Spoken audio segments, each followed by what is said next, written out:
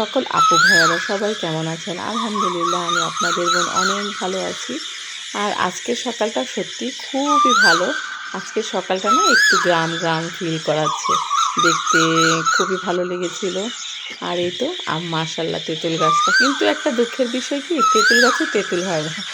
তারপর আলহামদুলিল্লাহ ছায়া তো দেয়, এটাই কম কিসের। আর আজকে সকালটা খুবই সুন্দর। এদিকে সূর্য মামাটাও উঁকি দিয়ে ফেলেছে। আর চারিদিকে গাছে পানি দেব। তো সকাল সকালে এসেছিলাম শখের ছোট্ট বাগানটা দেখতে। মাশাআল্লাহ এখন কিন্তু শীতের আমেজ পড়ে গেছে। গাছ দেখলেই বোঝা যায় গাছগুলো কিন্তু এখন সুন্দর, চারিদিকেই সবুজ আর সবুজ লাগতেছে।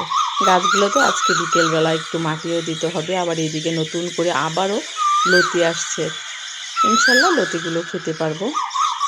আর এখন শীত আসছে তো একটু লতিও কমে যাবে মনে হয়, সম্ভবত শীতের সময় লতি খুবই কম হয়। হ্যাঁ, কচু শাক খাওয়া যাবে। কচু শাক খুব সুন্দর, দ্রুত ফলন হয়। কচু শাকগুলো বড় হয়ে যায়, খেতে পারবো। আর ওইদিকে আমার কলমি শাকগুলো খুব সুন্দর হয়েছে। কলমি শাকগুলো কেটে ফেলবো। আজকে বিকেলে অনেকগুলো টুকিটাকি কাজ করব শখের বাগানে। এই তো ছিল আজকের শখের বাগানটা, সকালটা। মাশাআল্লাহ খুবই দারুণ হয়েছে। আর লাল শাকও কিছু লাগাবো, যেহেতু এখন একটু রোদ্রের তাপমাত্রা কম, তার জন্য লাগাইনি।